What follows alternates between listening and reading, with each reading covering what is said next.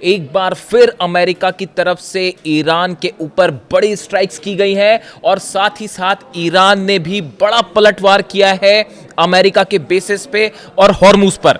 इन सारी डेवलपमेंट्स पर हम बात करेंगे। देखिए, ईरान की तरफ से एक बार फिर जो है वो बहरीन में, जॉर्डन में, यूएई में, कुवैत में 4 से 5 देशों में बड़ी स्ट्राइक्स की गई हैं और दूसरी तरफ अमेरिका की तरफ से रात भर ईरान पर बमबारी हुई है। ये बमबारी चाबहार पोर्ट के आसपास हुई है, बंदर अब्बास के आसपास हुई, केशम आइलैंड को निशाना बनाया गया है, कीश आइलैंड के पास जो है हमले किए गए। देखिए, अमेरिका की तरफ से एक बार फिर उन ठिकानों पर हमले किए जा रहे हैं जहां से ईरान के मिसाइल लॉन्चर्स एक्टिवेट होते हैं, मिसाइल्स दागी जाती हैं। ईरान की तरफ से जो मिसाइल दागी जा रही हैं, ये 2 तरह के हमले हो रहे हैं। एक वो मिसाइल लॉन्चर्स हैं जो ज़मीन के ऊपर हैं, एक वो मिसाइल लॉन्चर्स हैं जो ज़मीन के नीचे हैं। जो ज़मीन के नीचे मिसाइल लॉन्चर्स हैं उनके बारे में कोई जानकारी किसी के पास नहीं है कि मिसाइल्स कहाँ से फायर होती है, लेकिन जो ज़मीन के ऊपर से मिसाइल्स दागी जा रही हैं उनको सैटेलाइट के ज़रिए लोकेट करके निशाना बनाया जा रहा है। डोनाल्ड ट्रंप की तरफ से बयान आया कि पहले हमारे टारगेट पर जो थे वो ईरान का न्यूक्लियर प्रोग्राम था। हम चाहते थे ईरान की न्यूक्लियर कैपेबिलिटी जो है वो खत्म हो, लेकिन अब हमारे निशाने पर ईरान का मिसाइल पावर है। अब देखिए, मामला वहां शिफ्ट हो गया जहां नेतन्याहू चाहते थे। नेतन्याहू की हमेशा से ये इच्छा थी कि सिर्फ न्यूक्लियर प्रोग्राम को लेकर बातचीत ना हो, मामला मिसाइल पावर पे भी रोक लगे ईरान की। ये नेतन्याहू शुरू से चाहते थे और देखिए वही बात अब होती दिखाई दे रही है। अल्टीमेटली डोनाल्ड ट्रंप भी अब वही भाषा बोल रहे हैं जो डोनाल्ड ट्रंप कह रहे थे, जो नेतन्याहू कह रहे थे कि मिसाइल पावर पर रोक लगाई जाए। इस तरह की बातें सामने आ गई हैं, लेकिन हकीकत ये है, जो असली खबर है वो ये है, ईरान की तरफ से एक बड़ी वार्निंग दे दी गई है अमेरिका को और उसके लिए एक टाइम लाइन जो है वो भी फिक्स कर दी गई है। देखिए, इन हमलों के बीच ईरान की तरफ से एक बहुत बड़ी वार्निंग दी गई है। अमेरिका को 3 दिन का वक्त दिया गया है, यानी कि 72 घंटे 72 आवर्स, जो कि कल से शुरू हो चुके हैं और जिसमें कई घंटे बीत चुके हैं। ईरान की तरफ से जो जानकारियां आ रही हैं सूत्रों के मुताबिक, ईरान की तरफ से अमेरिका को ये बात साफ कर दी गई है कि 0 आवर स्टार्ट होता है। 0 आवर का मतलब होता है जब ये टाइम फ्रेम दिया जाता है, जितने भी घंटे का दिया जाए, जैसे ही ये टाइम लिमिट खत्म होगी उसके बाद ईरान अमेरिका के सारे वॉरशिप्स पर हमला करेगा। अरब के जितने इंफ्रास्ट्रक्चर है उन पर हमले किए जाएंगे, अमेरिकी सैनिकों को निशाना बनाया जाएगा, अमेरिकी बेस तबाह किए जाएंगे। यानी एक ऑल आउट वॉर का ऐलान मान के चलिए आप इसको। देखिए, 0 आवर जो होता है अनाउंसमेंट, आर्मी और मिलिट्री से जुड़े लोग जो हैं इसका ज़्यादा इस्तेमाल करते हैं। इसमें एक प्रकार की चेतावनी दी जाती है, दुश्मन को एक टाइम फ्रेम दे दिया जाता है, जो कि ईरान की तरफ से 72 आवर्स का दिया जा चुका है अमेरिका को।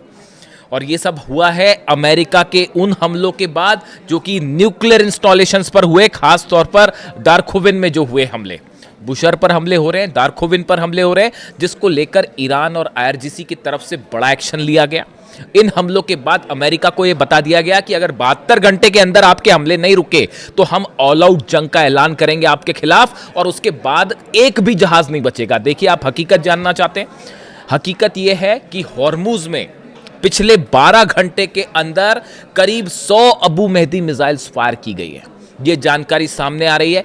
अमेरिका के 17 वॉरशिप्स जो हैं वो पीछे हटाने पड़े हैं अमेरिकन नेवी को। 17 वॉरशिप्स जो कि 1000 किलोमीटर से कम की रेंज में थे ईरान के, जो सूत्रों से खबरें आ रही हैं। ईरान ने जब अबू मेहदी मिसाइल्स फायर की, उस नेवी के जहाज़ों को, अमेरिका के वॉरशिप्स को, सबको 1000 किलोमीटर की रेंज के पीछे लाना पड़ा कि कहीं अबू मेहदी मिसाइल हिट ना हो जाए। अबू मेहदी वो क्रूज मिसाइल्स है, एंटी शिप मिसाइल्स है, जिसका इस्तेमाल ईरान कर रहा है पिछले काफ़ी वक्त से। अब हालात ये है कि हॉर्मुज में देखिए, पूरा हॉर्मुज जल रहा है। असल में ये जो 0 आवर का अनाउंसमेंट हुआ है, ये मुख्य रूप से अमेरिका की नेवी को वार्निंग दी गई है। देखिए, बेसिस पर तो हमले हो ही रहे हैं, जॉर्डन में हमले हो रहे हैं, बहरीन, कुवैत में बताऊंगा आपको नए हमले कहां पर हुए हैं। अमेरिका के बेसिस पर तो हमले हो ही रहे हैं, लेकिन ये जो 0 आवर का अनाउंसमेंट है ये खास तौर पर अमेरिकन नेवी के लिए किया गया है। देखिए, ईरान ने अब तक अमेरिका के वॉरशिप्स को निशाना साधा, हमले किए, लेकिन ये हमले पिन पॉइंटेड इस तरह से नहीं थे कि किसी तरह का कोई जो है एयरक्राफ्ट कैरियर डूब जाए या कोई बड़ा वॉरशिप डूब जाए। अगर इस तरह के हमले होते हैं तो उसके बाद फिर किसी भी तरह से कोई समझौते की संभावना नहीं बची कि वो एक ऑल आउट वॉर होगा। तो शायद इस तरह से भी कई एक्सपर्ट ये राय रखते हैं कि अब तक खास तौर पर हॉर्मूज में समंदर में ईरान की तरफ से जो हमले किए गए वो अमेरिका की सेना को पीछे धकेलने के लिए किए गए या उनको नुकसान पहुंचाने के लिए किए गए थे, पूरी तरह से तबाह करने के लिए हमले नहीं थे। लेकिन अब ईरान जो कह रहा है वो ईरान ये कह रहा है कि 72 घंटे, मैं फिर रिपीट करता हूं, ये 72 घंटे कल से शुरू हो चुके हैं। अगर इन 72 घंटे का जो टाइम फ्रेम दिया गया है, जिसे 0 आवर कह रहा है ईरान, कि अगर इस टाइम फ्रेम के बाद भी अमेरिका की तरफ से हमले जारी हुए तो नतीजा यह होगा जो 17 से 18 वॉरशिप्स खड़े हैं उन सब पर एक साथ मिसाइल्स दागी जाएंगी।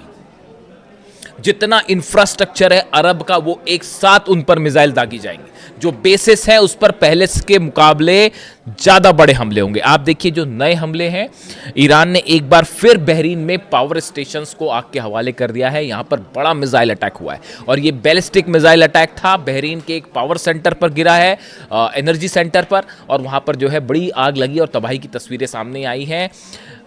ईरान में जो हमले हो रहे हैं उसका जवाब दिया जा रहा है। ये अमेरिका के हमले पहले न्यूक्लियर इंस्टॉलेशंस के आसपास हुए, अब मिसाइल साइट्स को निशाना बनाया गया, इसके बाद अब मामला एनर्जी सेंटर्स पर आ गया है। ईरान के एनर्जी स्टेशंस पर, फ्यूल स्टेशंस पर हमले शुरू हो चुके हैं। ये एक बड़ी जंग का ऐलान आप मान के चलिए इसको, कि एक ऑल आउट वॉर की तरफ मामला आगे बढ़ रहा है। इसीलिए 0 आवर का इस्तेमाल किया गया। कल ईरान के राष्ट्रपति की तरफ से जो बयान आया पेजेश्कियान साहब की तरफ से, वो हमेशा देखिए उनके बयान उनको उस गुट का माना जाता है जो कि बातचीत में विश्वास रखते हैं और डिप्लोमेटिकली मामले का हल चाहते थे। लेकिन उसके बावजूद अब उनकी तरफ से ये बयान आना, अब पेजेश्कियान साहब की तरफ से भी ये बयान आ गया कि अब जो है जंग वाली ऑल आउट जंग की बात होगी, ईरान झुकेगा नहीं, अब ऑल आउट जंग करेंगे। यानी आप समझ लीजिए कि ईरान में हालात क्या है। IRGC और अहमद वाहिदी साहब के हाथ में पूरा, मैं बार बार इस बात को दोहरा रहा हूँ, किसी तरह का कोई कंफ्यूजन रखने की ज़रूरत नहीं है। ईरान का हर फैसला इस समय अहमद वाहिदी ले रहे हैं, ईरान की सेना ले रही है। और ईरान की सेना का सिर्फ और सिर्फ एक अप्रोच है इस समय, खामेनी साहब के दुश्मनों से बदला लिया जाएगा। खामेनी साहब के दुश्मनों को किसी कीमत पर नहीं छोड़ा जाएगा। और ख़ास तौर पर ये जो हमले हुए इंफ्रास्ट्रक्चर पर, ईरान के अस्पतालों पर हमले हो रहे हैं, पानी के जो डिसैलिनेशन सेंटर्स हैं उस पर हमले हो रहे हैं। आप ईरान के लोगों को का पानी उनका ख़त्म करना चाह रहे हो। स्कूल पर हमले हो रहे हैं, अस्पतालों पर हमले हो रहे हैं, न्यूक्लियर पावर प्लांट पर हमले हो रहे हैं। उसका नतीजा ये है अमेरिका के बेस जल रहे हैं और अभी भी वो मिस्ट्री बनी हुई है। अभी तक कोई न्यूज़ चैनल या पत्रकार जो है वो इस बात को लेकर दावे नहीं कर रहा है कि उस 200 बंकर्स पे जो हिट 20 बंकर्स, 200 नहीं 20 बंकर्स जो हिट किए गए जॉर्डन के एक बेस पे, उस बंकर में कितनी कैजुअलिटी हुई है, वहाँ पर क्या क्या हुआ, क्या क्या तबाह हुआ, इसकी जानकारी अब तक सामने नहीं आई है। ये जानकारी जब सामने आएगी, 100 सैनिक घायल हो गए ये पिछले 4-5 दिन के अंदर। अमेरिका के 100 सैनिक घायल हुए हैं, ऐसी खबरें अमेरिका में छप रही हैं। कैजुअलिटी पता नहीं, कोई सच अभी एग्जैक्ट फिगर सामने नहीं है। बड़े हमले हैं। देखिए बहरीन में पावर स्टेशन जो है वो तबाह कर दिया गया। जॉर्डन में अल सॉल्टी बेस पर एक बार फिर बैलिस्टिक मिसाइल से हमला हुआ है और ईरान का दावा है यहाँ पर फिर से F-18 जेट्स का जो हैंगर है उसको तबाह किया गया है। इस तरह के दावे हैं। यानी जॉर्डन लगातार निशाने पर है। बहरीन और कुवैत से अपने जहाज पीछे खींचे गए थे जॉर्डन में कि वहाँ सुरक्षित रहेंगे, कोई सुरक्षित नहीं। वहाँ पर ईरान की मिसाइल्स ने जो है वो हाहाकार मचा रखा है। इसके अलावा UAE पर हमले शुरू हो गए हैं। देखिए UAE के रास अल खैमा जो इलाका है, यहाँ पर बताया जा रहा है कि करीब 6 धमाके हुए। 4 धमाके की खबर थी, अब वो 6 तक पहुँच गई है कि UAE के रास अल खैमा में 6 धमाके हुए हैं। इसके अलावा जो फुजेरा पोर्ट है उस पर भी धमाके की खबरें हैं। यानी UAE में भी अब हमले शुरू हो चुके हैं। ये मामला अब इसीलिए कहा जा रहा है, जो 72 घंटे का टाइम है, कि ये मामला वर्ल्ड वॉर की तरफ आगे बढ़ता दिखाई दे रहा है। क्यों कहा जा रहा है इसको वर्ल्ड वॉर को, इसकी भी बात करेंगे। कुवैत में एक बार फिर डिसैलिनेशन सेंटर पर फिर से पानी के ठिकाने पर हमला हुआ है। जो अपडेट आया है उसके मुताबिक मैंने आपको बताया हॉर्मूज में धमाके, हॉर्मूज में एक बार फिर से माइन फट गई।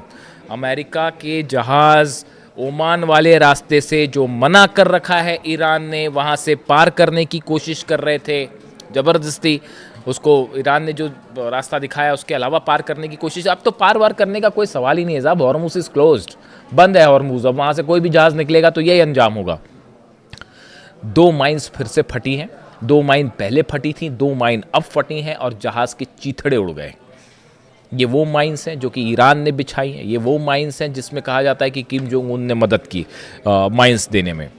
परमाणु प्लांट पर ईरान के लगातार हमले हो रहे हैं। इस बीच देखिए बड़ी खबर आई है कि पुतिन ने किम जोंग उन से फ़ोन पर बात की है, इस तरह की सूत्रों से खबर है। देखिए नॉर्थ कोरिया की जो विदेश मंत्री हैं वो इस समय रूस के दौरे पर हैं। उन्होंने रूस के राष्ट्रपति से मुलाकात की और बताया जा रहा है कि ईरान के हालात को लेकर भी रूस के बीच में और नॉर्थ कोरिया के बीच में बड़ी चर्चा हुई है। वहीं चाइना की सऊदी से भी बात हुई है। चाइना की एक बार फिर कोशिश है कि किसी तरह से जंग जो है अब अगले कदम में ना बढ़ जाए वरना मामला बिगड़ जाएगा। सऊदी की जंग में एंट्री हो चुकी है, सीधे रूप से नहीं तो परोक्ष रूप से हो चुकी है। यमन ने ब्लॉकेड का अनाउंसमेंट कर दिया है कि अब सऊदी की पूरी तरह से घेराबंदी की जाएगी। आप समझिए इस बात को। रूस में बाबल मंदेव, रूस के विदेश मंत्री का बयान जो 2 दिन पहले आया था, उन्होंने ये कहा था कि अगर बाबल मंदेब बंद कर दिया गया तो पूरी दुनिया में हाहाकार मच जाएगा, ऑयल को लेकर हालात खराब हो जाएंगे, पूरी दुनिया की अर्थव्यवस्था चरमरा जाएगी। ये रूस के विदेश मंत्री का बयान था।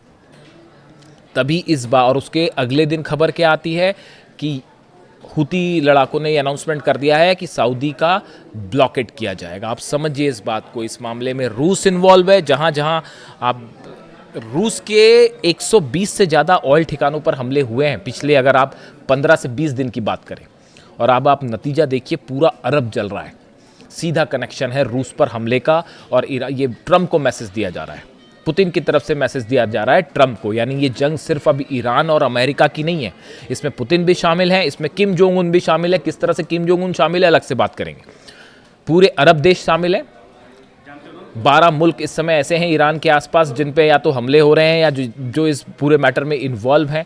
रूस इनमें इन्वॉल्व है। यूरोप की कभी भी एंट्री हो सकती है। जो ईरान की तरफ से कहा जा रहा है कि अगर 72 घंटे के अंदर हमले नहीं रुकते हैं तो जितने लोकेशंस है टारगेट पॉसिबल हैं सब पर अटैक किया जाएगा। ये यूरोप को धमकी है दरअसल सीधी सीधी, कि उसके बाद जो हमले होंगे फिर ऑल आउट वॉर होगा एक। उसके बाद फिर ये हिसाब नहीं लगाया जाएगा कि आपने क्या हमले किए और हमने क्या हमले किए। उसके बाद पूरी ताकत से आखिरी हमला करेगा ईरान। और इसी को कहा जा रहा है 0 आवर। और इसीलिए कहा जा रहा है कि चीन, नॉर्थ कोरिया, रूस, ईरान, इजराइल आई जाएगा, सवाल ही नहीं उठता। उसके बाद इजराइल, नेतन्याहू जंग में आई जाएंगे, वैसे उतावले हैं। उसके अलावा ये जितने अरब देश हैं, सऊदी हो, यूएई हो, बहरीन हो, जॉर्डन हो, कुवैत हो, सब जल रहे हैं साहब।